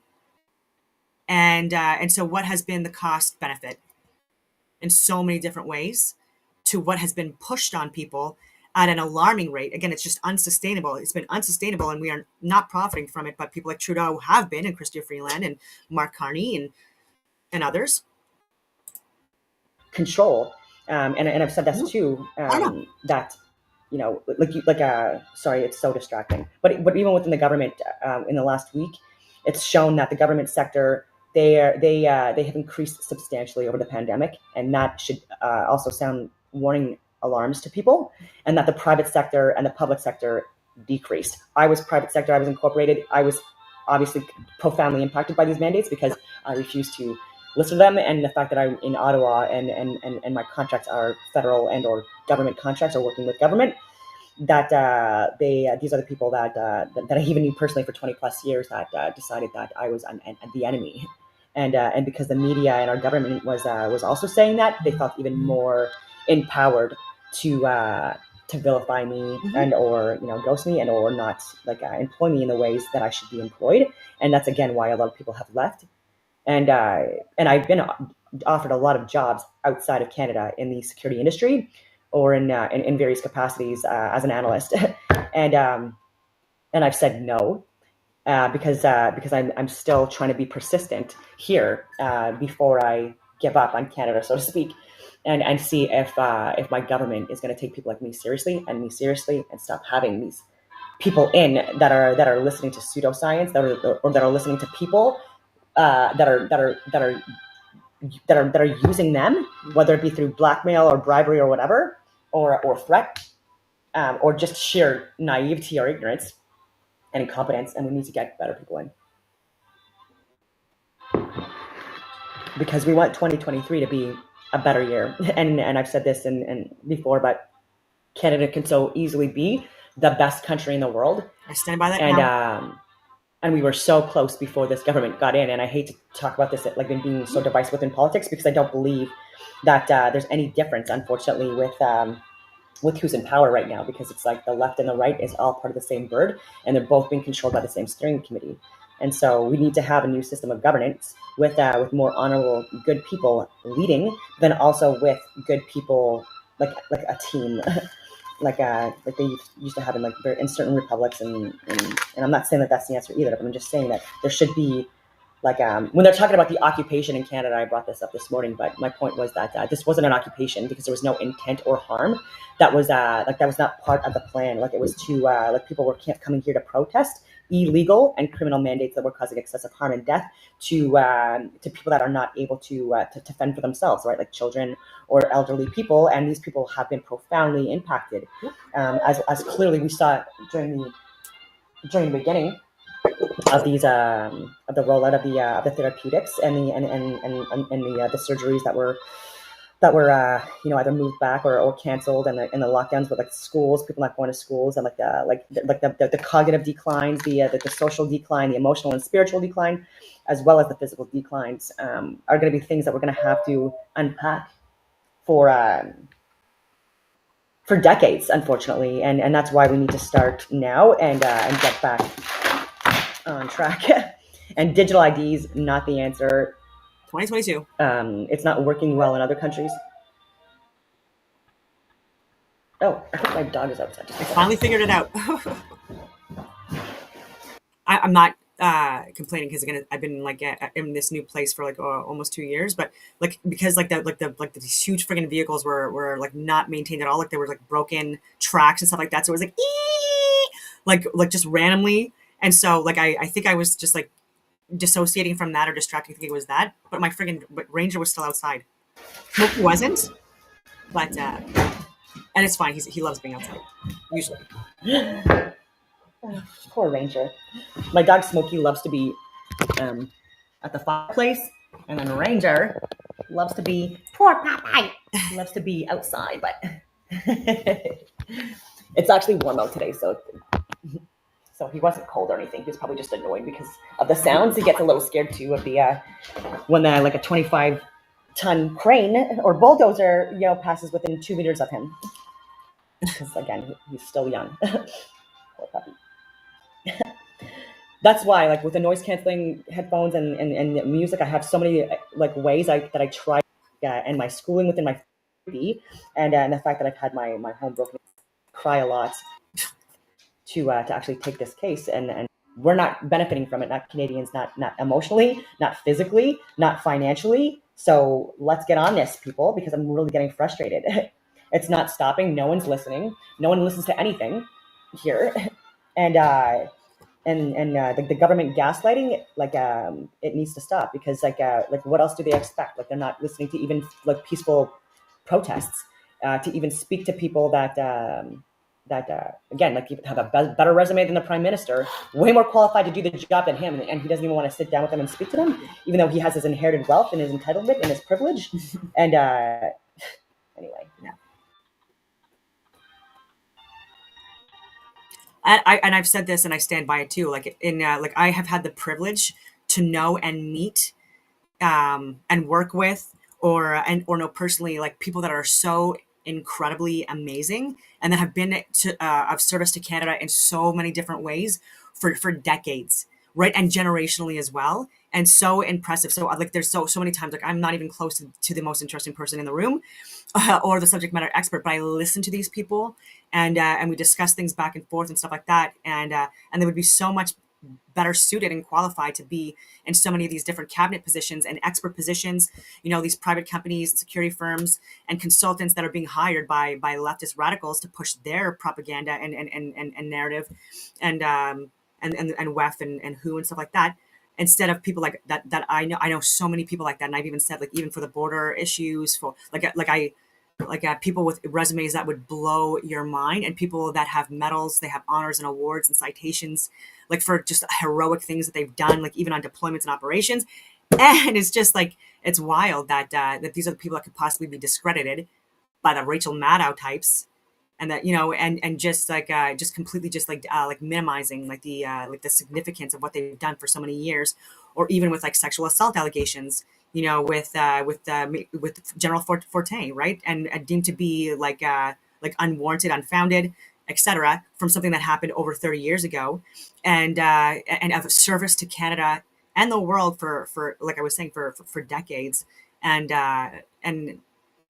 it's just unfortunate that it happens by but even with CSIS, listening to Justin Ling, a radical leftist journalist, and I use that term very loosely. They were using his articles and his content in order to say that there was like right-wing extremists, that were part of the Freedom Convoy and involved in like wanting to do things to cause damage or harm to the government, which was completely the opposite. People that were trying to like stand for the Freedom Convoy, supporting it, whether like there or through donations or through public support or social support, like these were people that were seeing the medical and scientific and government data coming out from other countries that wasn't censored, and they were trying to help everyone, including people like Justin Ling and Brenda Lucki and Justin Trudeau. Like we were literally trying to provide that data.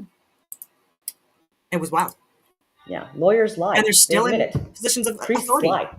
You want to ask priests that? Like ask the priest, hey, like that church down the street, because there's I think there's like 30,000 different registered Catholic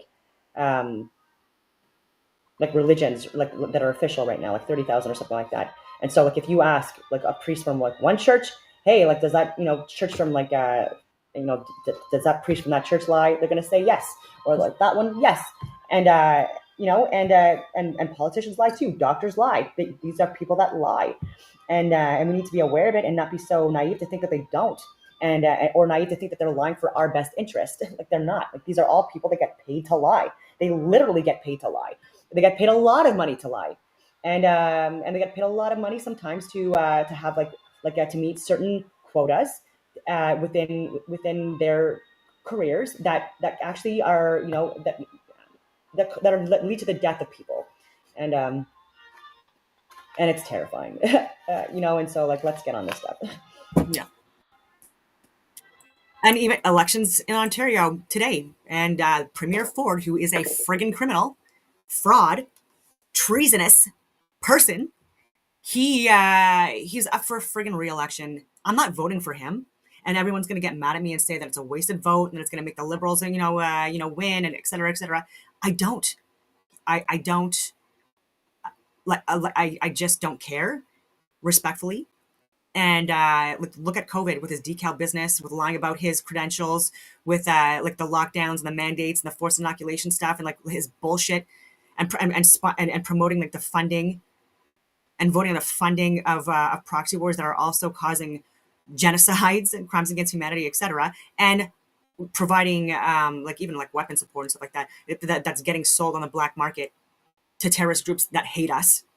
And so, no, I don't want to vote for Doug Ford. And then again, like approving all of these destruction companies to completely exploit resources within areas where they were needed and necessary to provide health benefits to people within areas. Like I keep on saying, overdevelopment is what also causes more pollution, chronic illnesses, heat, surface level heat, which is increasing temperatures within major city centers and now like suburbs that are being overdeveloped when it's not even necessary. And I'll reiterate this: 98% of Canada is uninhabited. 95% of the U.S. China, I think it's like between 80 or 85% of the country is uninhabited. India, it's similar numbers to China. And again, why are people not just expanding outwards within their own lands and utilizing the resources on the lands that they have available to them? Right? Make it make sense. And like rural areas are completely being decimated, and even people on indigenous lands, they're getting trespass notices now to get off their friggin' lands for corporations connected to the government right now that's currently serving. Anyway, there's just so much to unpack, but yeah. Yeah, like even with the Conservatives, like during the Freedom Convoy, again, bought for and paid for by at the higher end by steering committees. It's to make us think that we have some form of like a way of like speaking out or addressing concerns when we don't, clearly, because I was part of that too. Like knowing what it was, and I supported it. I wanted to end the mandates as well. I don't think that people should be forced to be inoculated, especially when it's known to not to prevent the spread or the person of getting it. And that I know a lot more people that were boosted that got COVID multiple times than anyone that was unvaccinated. And so, yeah.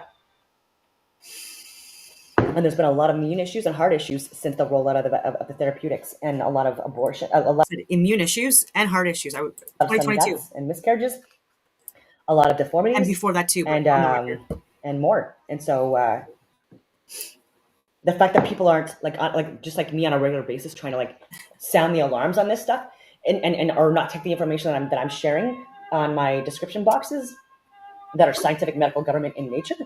It's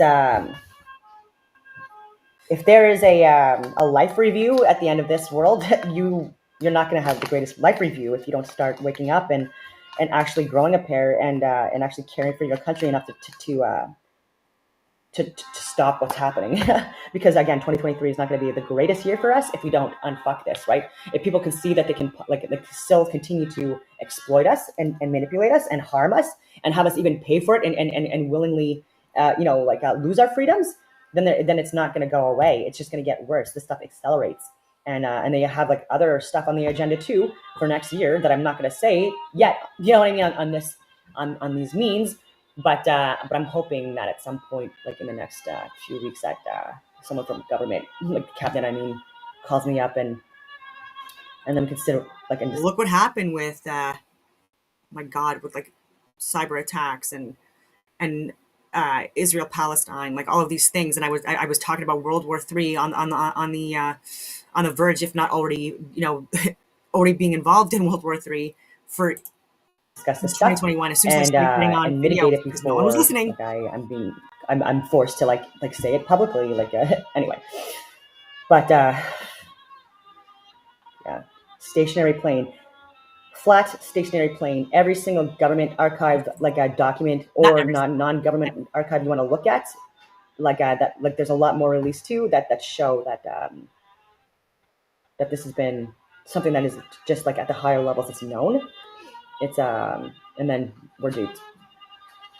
And I have so many friends or peers or colleagues that have left Canada and they're all over the world, and then they have like They have great jobs, and it's all like high levels of of security, and most of them don't even know the reality of what's going on, unfortunately, and getting paid a lot of money to just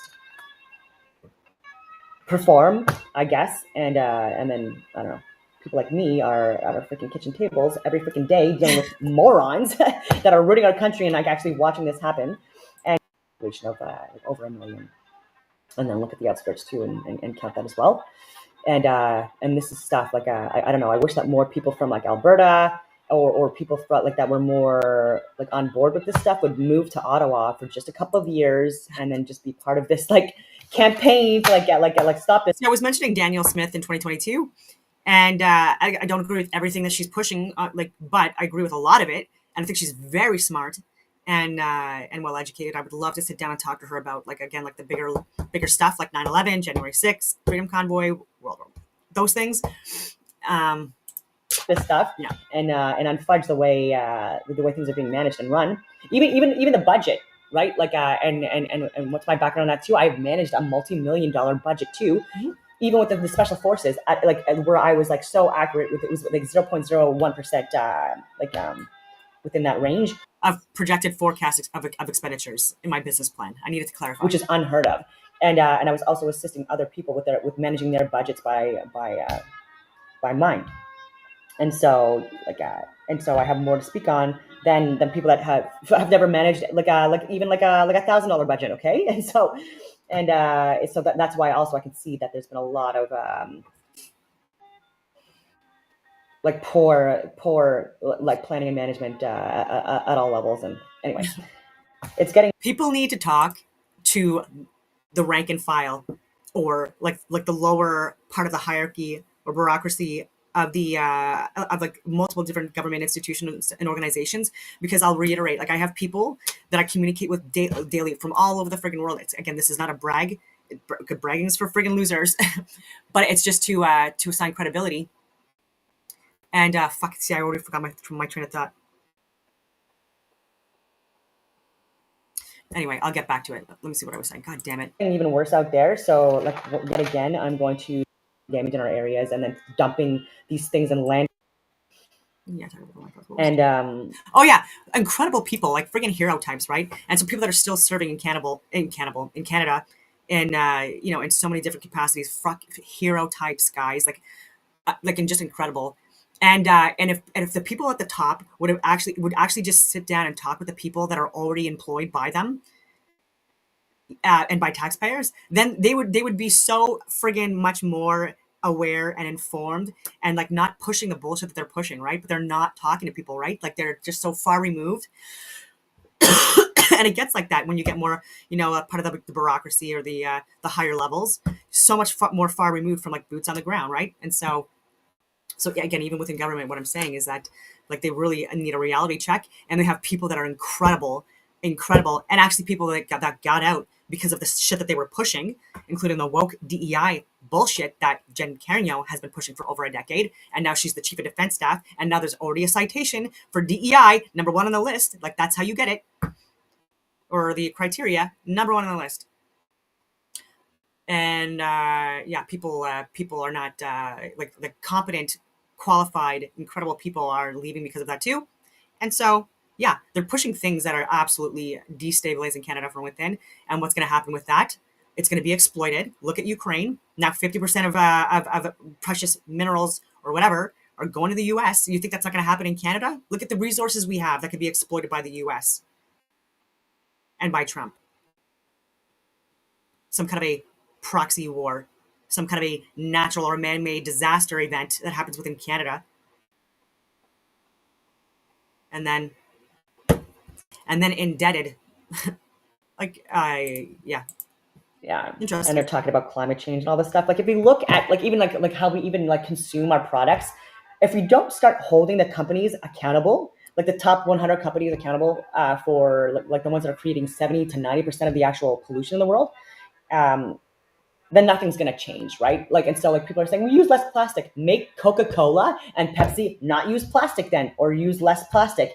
That's way better, and that impacts a lot more impact or change than one person. And if like multiple people, within a group, like change their behaviors, and like that will help. or you go to the source yet again, And most of the recycling doesn't even get recycled. and you make sure the companies are held accountable for like all the pollution and the impact that they're causing on the environment, and start there, right? Because we're buying what we're being provided, right? So there's a lot of people that are saying like, oh yeah, you can live off the land and all that other stuff. Sure, you do that too, fine. But like within cities, like we need to have better solutions for how we're managing things here. With even our laundry detergents, like I said, I use the True, like the Echo strips. This should be something that like detergent companies too, like they should be held accountable and stopped. Within Canada, like we should have more rules that don't allow harmful products to be sold and utilized within our country. A lot of other countries do that. I'm going on another tangent again, and I'm like already 33 minutes in.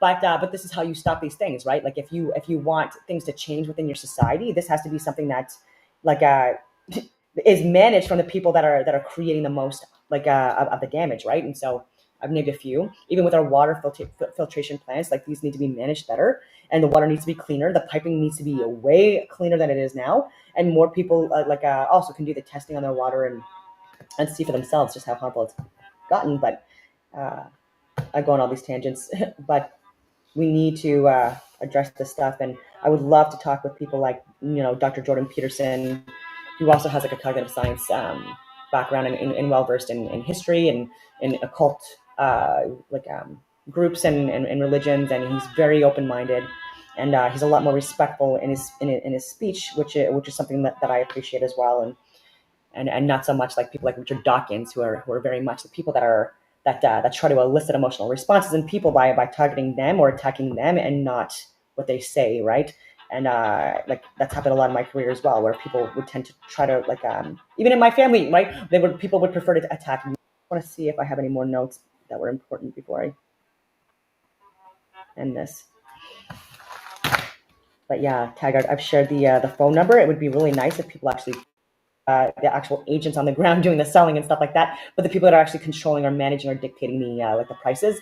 These are the ones that are also people that are buying houses at like not even $5,000 down, and they're having their friends as mortgage lenders that are approving them, and like their friends are realty or their boyfriends or their whatever, their partners, and they're getting them like great deals on that, and then within a year before the house is even built on these areas, they've already like made magically like $100,000 within this pandemic. That's just like one example of many. And it's just frustrating that this stuff happens. Yeah, so I was saying it's not even like the banking systems. Like there are people that are part of like the realty industry that were in the real estate industry that were also really exploiting the pandemic, the lockdowns and the measures and stuff like that. And then even beyond that, and which caused like there to be like also a housing crisis as well. There was so many different factors coming at us, but like that was just part of it as well that I was talking about. I go into like other things as well, but I'm just showing you like that even years ago, these are things that I was sharing. Again, not a brag at all. It was I suffered and like I lost so much. I lost so many opportunities, and in so many different ways, personal and work, and still, and so yeah. Anyway. On that note, I will leave it at that, and I hope that everyone has a wonderful rest of your day. Actually, no, I'm not gonna end there. I'm not gonna end there because like it has to end on a more positive note. Because I'm saying and showing that I've been saying this stuff for years and providing medical, scientific, and government data. But how this can be remedied and rectified is just getting more accountability being held at the highest levels. And so getting people that are unbiased and not part of the system that are going in to investigate, right? So that it's not an internal investigation, but an external one. And then also just educating people that are in like really important positions within government that's taxpayer funded largely, but they also get a lot of kickbacks and shares and stocks in companies that exploit us. And so just like educating them, right? Like it might take a little while. It might take like, let's say even a week. And I'm even saying that I would do this myself because I've taught these types of courses throughout my career and then built on them and offer them before. So I'm coming with experience is what I'm saying. And I would offer to provide like, again, just proof regarding 9/11, regarding like information that I have regarding the JFK assassination and who was possibly involved, and events that led up to World War I and World War II that were staged and very much planned by people within government at the highest friggin' levels, and who was funding them, that was profiting from both sides or all sides. and then talking about January 6th, what actually happened, because people still think it's some kind of like a coup and riot that was not, again, instigated by people within government at the highest levels, including Nancy Pelosi and so many others. And I shared footage of that too, like the crisis actors, the role players that were even civilians, and media outlets that were lying, and then talking about people within government like David Lazarus and Harry Dunn. Like these people were law enforcement types. I believe it might have been like Capitol Police as well, at least one of them, and lied under oath. Right. And a lot of people went to jail because of that. Right. So like these FBI like assets that were investigating people, they were going off of really poor, terrible, inaccurate information. And so like I think that people within our government like need to know what happened with Russia and Ukraine, and then just like show them the level of involvement of these deep state elitist propagandists and these steering committees. Right. Like they need to know this because they're the ones that are voting on policies and legislation. So I'm saying like even people within like the judicial level as well should be taking these types of courses or training or education sessions or information sessions, whatever you want to call it. And yeah. And then just like more of a restructuring, obviously, right? Like proroguing government is not the answer. I will assure you.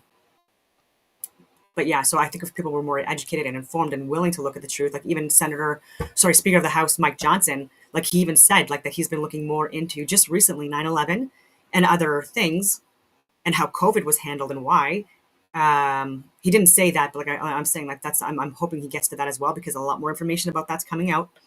And so like someone at his level, like that would be critical information to have. And so that provides more accountability and credibility and a lot more hope for people that already know what happened, right? Like just look at Loose Change. Again, yeah, it's a documentary on YouTube if you can actually find it, because it's very censored. But that's just like such a small piece of what happened on 9/11. And I've covered that too with the training exercises that were going on, and the crisis actors and the actual witnesses of people that were actually on the ground, hero types, and that were law enforcement and fire and paramedics and civilians that did heroic things too, and security and anyway. Yeah, so I want to say like Canada can still be like the best friggin' country in the world easily, but we just need to have people that are in the friggin' positions of authority to just unfuck themselves and educate themselves on to like what's actually happening and the ramifications of what they're supporting and enabling. It literally just takes like not even a friggin' week of an education session, and they would be well versed. And so on that note, I will leave it at that, and I hope that everyone has a wonderful rest of your day.